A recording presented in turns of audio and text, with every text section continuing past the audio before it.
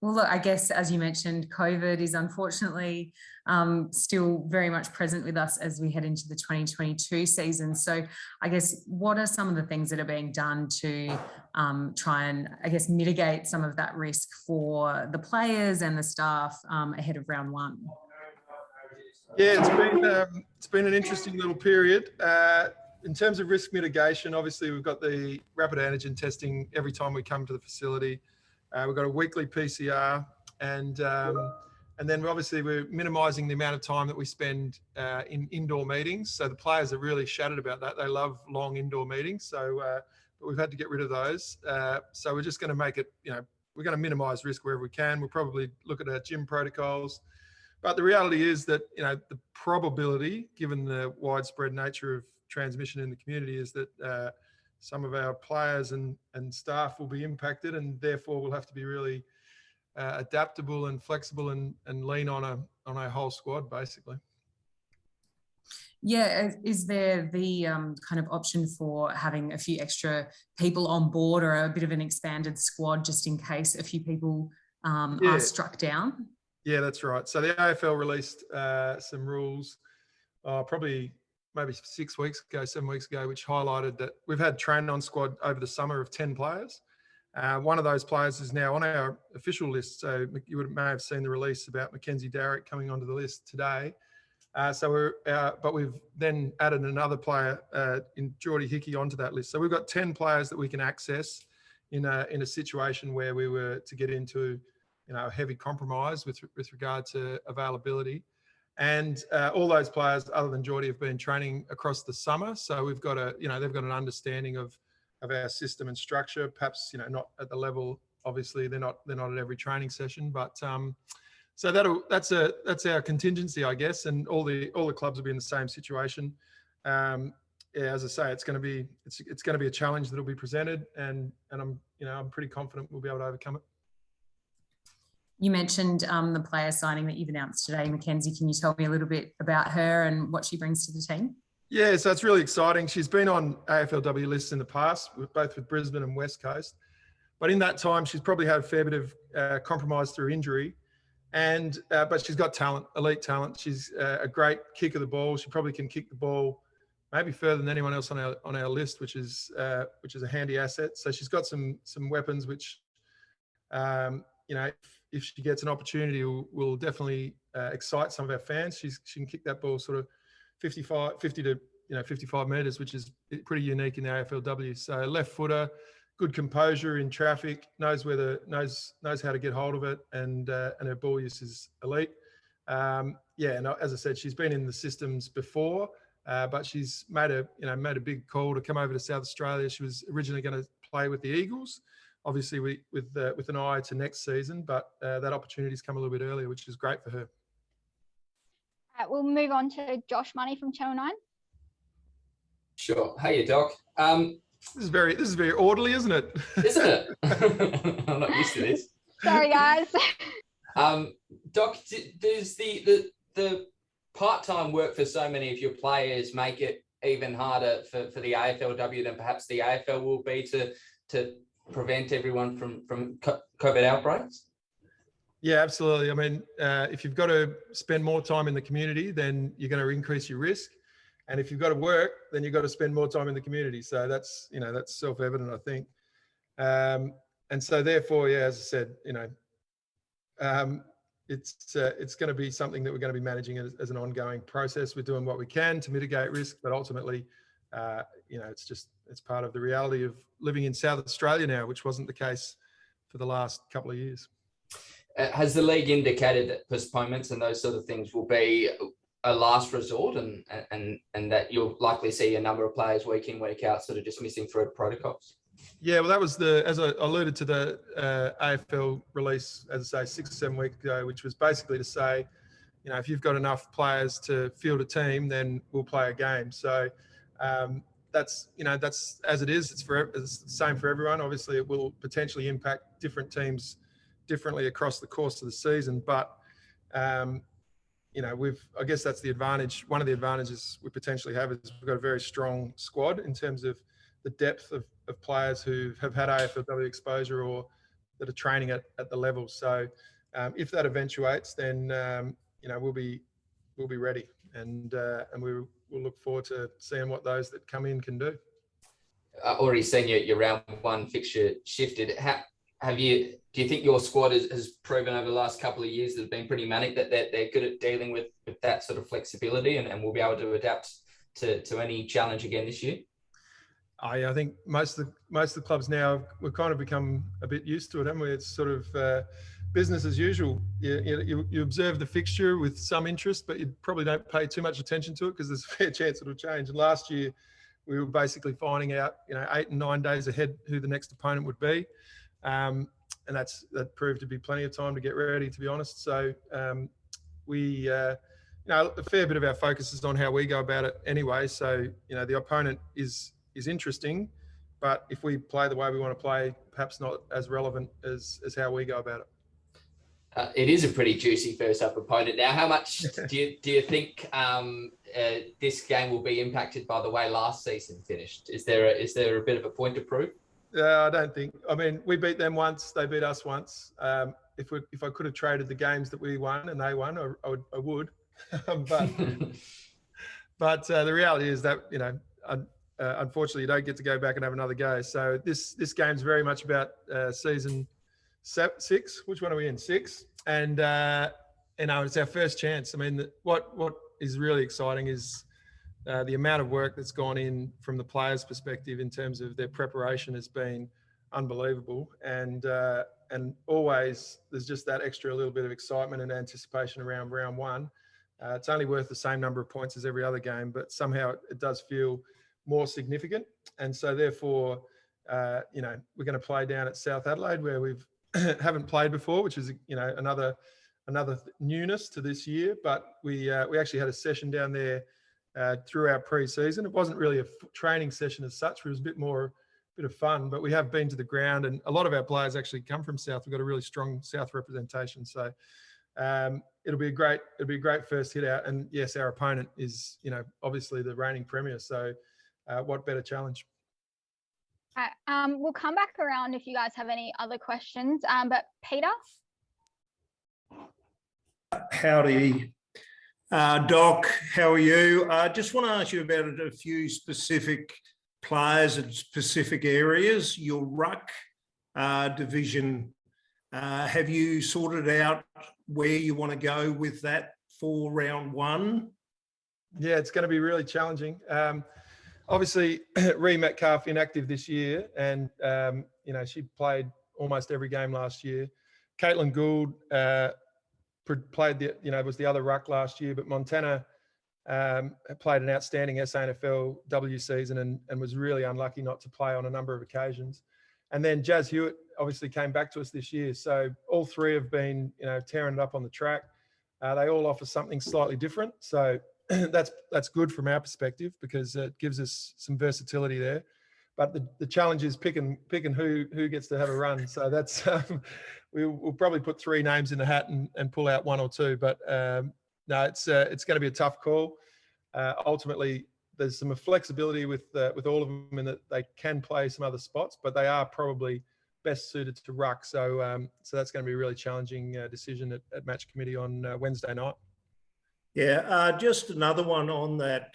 From a Broken Hill perspective, you've got a lass that's coming to your program, Simmons. How's she travelling, and is she a chance for round one? Yeah, she's a legitimate chance, which is amazing in itself, to be honest. She hasn't played footy for 7 years. Correction, she played a little bit with Goal. So, but it's a reasonable step up. So 7 years out of footy, away playing basketball in the States and through the AIS programs. But she's adapted really, really quickly. And once again, we spoke about the versatility of our other tools. One of the challenges with her, she is tall, but she's probably more of a running outside player at this stage. But she can take a catch as well. So forward, back, potentially through the wings, and genuinely in the mix. But if she gets a game first up, it will be one of the more amazing transitions, to be honest. So if it's not this week, I'm really confident she'll play throughout the course of the year. And I think our fans will really enjoy what she brings, because she's got speed and really long levers, athletic, so she can do some stuff that other players can't. And yes, we always like to promote country folks, so we probably could get her in. Just one more for you. I was Yes. interested. I thought it would be a very important year for Chelsea Randall. Yes. And I was just wondering how her pre-season had been. Yeah, well, I'll talk to it. I reckon Chelsea Randall probably might mention her as well, because what happens is usually each season there are players that sort of find their feet, and she's played some AFLW, but there's a difference between getting a game and then just sort of feeling comfortable at the level. And the season will unfold, and it might not work straight away for her. But what I've seen over the pre-season is that she now feels really comfortable at the level, and that her training standard has gone to another level again, and she's gone from being sort of wondering if she belongs out there to knowing that she belongs, and therefore, all things being equal, that normally translates to a reasonable uplift in their performance. So as I say, sometimes that doesn't happen in round 1, 2, or 3, but I'd be very, very surprised if by the end of the season she isn't a regular, consistent performer at AFLW level. Thank you. No worries, mate. All right, Sim. Hey Doc, how are you? I am well. I'm very well. That's good. That's good. Probably first up, probably just a question you're going to get asked every week, I reckon. Sure. What's the COVID, I guess, status of the team at the moment? Is there anyone in isolation? Yeah, how's everyone traveling from that perspective? We've had 2 staff who've been impacted by it, and I've been waiting for this one for a while. No one asked me directly, so I was one of those staff, so I can tell you about that. It's not. I won't be commenting on other people's sort of medical position, but I finished my isolation, and so therefore I'm pretty comfortable sharing that one. But so we're down to 1 now. We've got 1 staff member who's out of action, but they will come out of ISO very soon. Other than that, we are, touch wood, and as you asked the question, I'll touch wood every week. We're clear. Other than that, we've got rapid antigen tomorrow, and we've got PCR on Friday. And probably the big challenge for us in South Australia is that a positive COVID test will rule out anyone for 10 days, as opposed to interstate where it's a 7-day issue. So that's going to be significant for us if and when that occurs. But as it stands at this moment, we are clear.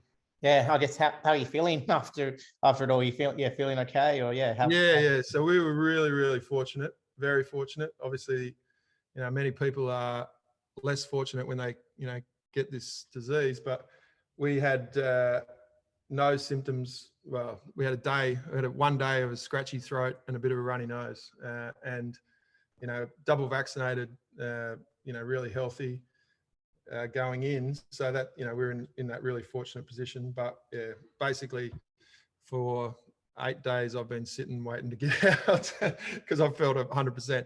But I know that's not the case for a lot of people. So we're really grateful that we've been fortunate on that front. But from a coaching perspective, I guess who did you get to run the sessions? Yeah, I guess with you out of action. Yeah, no, it was initially I was frustrated, and I found it challenging, but the real positive out of it was, one, the other coaches. So all of the other coaches just stepped up, led the sessions really well. I watched the vision of the various sessions, and they were great sessions, but probably as significantly, or probably more significantly, the players themselves, and in particular our leadership group, they just took it upon themselves to maintain a standard. We've had there's no guarantees of success in any season, but you want to give yourself a chance. And we've had an unbelievably positive pre-season, as an enjoyable a pre-season as I've been involved with.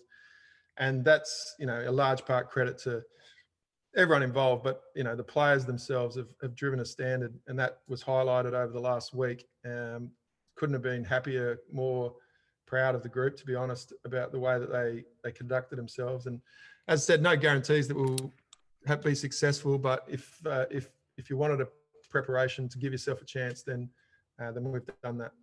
I guess you mentioned before that 10 days kind of isolation stuff. That's not the South Australia also has that, I guess, more stricter kind of definition of a close contact. Do you feel that could put the team at a disadvantage, given, you know, that, yeah, more players could be, I guess, you know, put into that close contact definition and then ruled out for longer?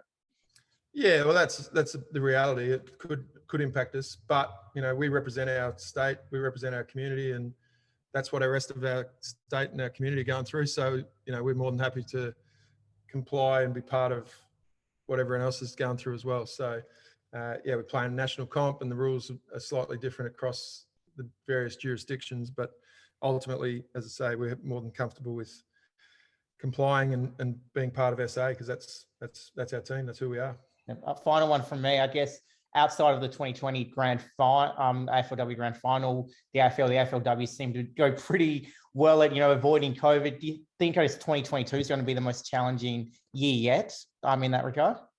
Well, I think it's just a new environment, and clearly, as a community, we're just sort of working out how to manage through this new situation where we've got a really high level of vaccination, which is amazing and great, which gives us, you know, a level of confidence to go about, you know, business as usual. But we've also got this, obviously, clearly a much higher level of disease in the community. So we've got those two conflicting scenarios, and you know, we're not on our own here. We're, you know, as a community, we're just working out how we manage through that. But I think we will manage through it, and I think the AFLW season will progress. And yes, there might be moments where, you know, variances in team availability have an impact, but in the long run, you know, across you know, all of the games, generally, if you're good enough, you find your way through all that, and you'll get a look at it at the tail end. So if we're good enough, then hopefully we'll be part of that. Thanks, Todd. Thanks, No. Tim. Kristen from Inner Sanctum. Hi, how you going? G'day, Kristen. How are you? Good, thank you. Just got a couple questions here. With the multiple additions to the coaching panel this year, what are you hoping the new girls bring to game day? Yeah, no, well, that's been one of the other exciting parts of the preseason. Is been a renewal and a refresh in our coaching department, and it's been great. They've already had a huge, significant contribution. Game day, to be honest, game day is most of your coaching gets done before game day. If you're trying to solve the problems on game day, then every now and then you can have an impact. But the reality is most of the hard yards get done through pre-season and then in the week leading in. So a lot of the work I've already seen come to fruition. Obviously, you know, Courtney Cramey's come back to us. She's going to manage our midfield group. Emma Sampson's gone and is gone down back. She's come in new, but a fresh set of eyes have been really good, and they've both brought, you know, both an energy but also a different perspective, which we really appreciate. Jack Homsch has come in in a development role, and that's been a really significant appointment, not just in the for this season, but it'll be really significant for us going into the off season, which is a period of time which is often a real challenge for our players, because you know, they're 6 months of the year athletes, but they train pretty much all year. So he's going to be a great resource through that period. And Leah Kasler is probably the other one. So if we talk about emerging female coaching talent, we've got 3 really competent and capable coaches. In Leah's case, she's still pursuing playing, so she's going to play with the Eagles and continue to pursue that for next season. But she's going to be an outstanding coach as well. She's helping out from a development point of view. So, as I said, game day specifically, they've got roles, and they'll be assessing, you know, various parts of the ground. But a lot of the work, a lot of what they've done already is out on the track. It's in relationship building with across the group, and just, you know, bringing their experience to the fore. It's been great. And just one other thing, I've come across a stat which says last year Adelaide were 5th in scoring in the third quarter period. What sort of things are being looked at to improve that this year? Because obviously dropping off in the third quarter can lead to having to catch up in the last quarter. Absolutely, yeah. No, well, we'd love to be number 1 for scoring in all 4 if we could. Yeah, and we haven't looked too closely at it, but one of the things that you do is you review the way that you prepare for the start of the game, and then also the way that you come out of that half-time break. So those are probably the only two things that you can really modify. Potentially, you look at the conditioning of our group, but I've got very, very high level of confidence in the conditioning of the group, and that probably is more of a factor in the fourth quarter. So if third quarter's a down trend for us, then probably the only things you'd look at would be just making sure that we're applying similar philosophies to the start of the game to that restart. Guys, we're going to move on to Chelsea. She's been waiting very patiently there. Thanks very much, Doc. Theo, did you want to kick off questions to Chelsea? Sure. Could I just clarify one thing for Doc though, Danny? Like when Doc had COVID exactly? Yeah, I was prior to Christmas, tested positive, and therefore was 10-day isolation, and finished yesterday. And just quickly, did you do anything during that 10 days? Did you pick up any hobbies, mate? Can you now play the electric guitar or piano or? Well, luckily or unluckily, you tell me, the whole family went down together. So we spent some high quality time in close proximity to one another. Probably the only positive out of it, I think, was we did get to introduce our kids to a lot of classic movies from the 80s and 90s. So Kindergarten Cop got a run. That was important. And we just were watching Armageddon. So that was probably not quite appropriate for our 6.5-year-old, but we took a risk and ran with it. What other classics did we catch up on? So basically, yeah, it was actually nice to be with the family. That was a positive. But other than that, I could recommend avoiding it if you can. How's the off season been for you, Chelsea? It feels like a long time coming for the girls. You've had a delay and now you're finally on the cusp. How are you feeling? Yeah, feeling great. It's one of the best and hardest pre-seasons I've probably been a part of, to be honest, Theo. It's great. I mean, in these kind of circumstances and I guess the world that we're currently living in, you can only try to control what you can control and be adaptable to change and be flexible with everything. And so the girls have certainly done that in just controlling what they can, and that's, getting themselves ready for the season ahead, and they've done that tremendously. So we'll see how we go. A couple of sessions without the big fella as he went down. Was it nice to have a change of voice perhaps? No, we definitely missed Doc, but look, I was really pleased with how our girls actually operated the last couple of sessions. It was quite empowering, as well as Doc kind of reiterated. Sometimes when you're not there, it also does empower others to step up and to have a voice, and it's been good to see those coaches all band together, and they did a tremendous job, as well as our leaders. We've got 2 new leadership members in Ebony Marinoff and Stevie Lee Thompson, and they just take the reins and the floor, and it's fantastic to see. So it just means the quality people that we have. If circumstances like this happen throughout our season, we've just got the depth of leadership as well that can ensure that we're well supported as a group going forward as well. Lastly from me, Chelsea, what have you told the girls about being careful and still being able to live their daily lives, but just making sure that they avoid certain scenarios? And what are you doing as a captain to make sure that you don't come into contact with the virus, as hard as that may be?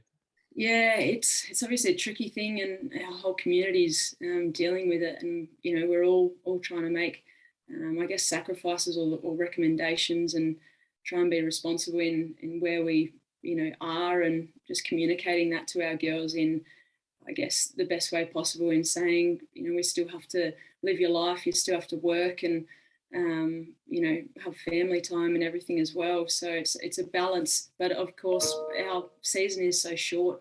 So we've only got a matter of, 3 months really of playing some footy.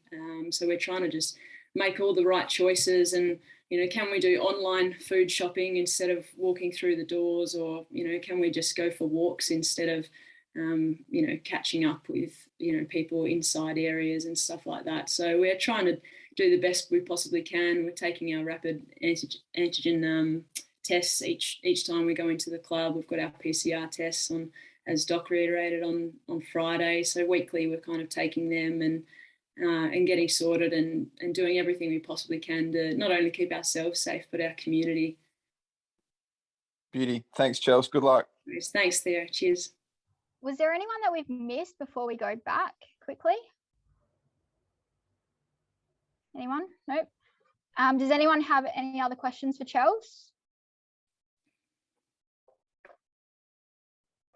I'll go. Yep. Hey, Chelsea, Josh. Hey, mate. How are you? Yeah, good. You? Good. Good. Are you excited for another crack at Brisbane, given the way your season finished or didn't finish last year? How tough was that? Has that driven you a bit this pre-season? Yeah, it is a bit of obviously fire in the belly, losing a grand final. So, but I guess what comes of that is, you know, an incredible off season from our girls and a lot of our young ones as well, just going, no, like, you know, I want to be better. And that's awesome to see. So they really went away and worked so hard. So, I mean, it's really exciting to be able to play Brisbane round one, you know, down in Noarlunga. We've got some terrific fans across the state and across Australia, but especially down south. A couple of our players, as Doc said, from South Adelaide. So it's great. It's kind of like they're just playing down at home for them. So it'll be exciting to play amongst them and yeah, play against Brizzy. It'd be great. And I guess Danny's texting me telling him to stop asking questions. So this is my last one, I promise. But I have not. We've only got a couple of minutes left on the call, guys. Sorry. Yeah, I was just going to say personally though as well. I guess with the concussion as well for you, how tough was that in terms of your footballing journey? Was that one of the harder games you've ever had to watch? Yeah, sitting on the sidelines through that grand final was difficult. I was pretty sad and devastated I couldn't be a part of it. But again, it wasn't really about me. It was about you know, being excited for your teammates that for some of them it was their very first grand final, and we were lucky enough to be playing Adelaide Oval in front of our home crowd. Unfortunately, didn't bring it home, and as I said, it's a bit of fire in the belly for our girls, and we're really looking forward to that. And it's been probably 8 months since I played a game of footy now, so I'm just hungry, and I can't wait to play. You know, it's a short window, this AFLW elite lifestyle, and I'm just enjoying every single minute of it, and just can't wait to play some football with my mates again, and hopefully make our fans and members who are just incredible really proud of us.